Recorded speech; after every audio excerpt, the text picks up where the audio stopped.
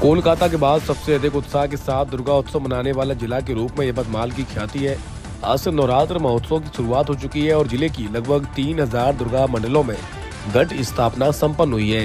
जगह जगह भव्य पंडाल, रोशनी से सजे आकर्षक दृश्य और गरबा महोत्सव की रंगत देखने को मिल रही है। संवाददाता दिलदार शेख की रिपोर्ट।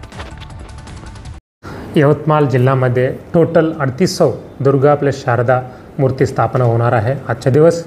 आणि आपल्याला सर्वांना माहिती आहे की आपला पूर्ण देशमध्ये कोलकाताच्या नंतर यवतमाळ जिल्ह्यामध्ये एवढा मोठा पद्धतीने दुर्गा उत्सव सादर करतात आणि मी त्या रिलेटेड संपूर्ण नियोजन केलेलं आहे। आपला पूर्ण जिल्ह्यामध्ये जवळजवळ 5000 पोलीस, होमगार्ड्स आणि पोलीस मित्र बंदोबस्त लावण्यात आलेला आहे आणि सर्व ठिकाणी आपण शांतता कमिटी पण मीटिंग घेण्यात आलेला आहे आणि पुढच्या 10 दिवस आपल्याला खूप पवित्रचा दिवस आहे।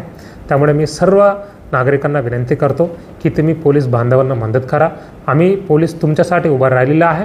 कोणत्या पण कुठले पण अगर काही प्रॉब्लेम आले तुम्ही पोलिसला सांगा, आम्ही नक्की तुम्हाला मदत करणार आहे।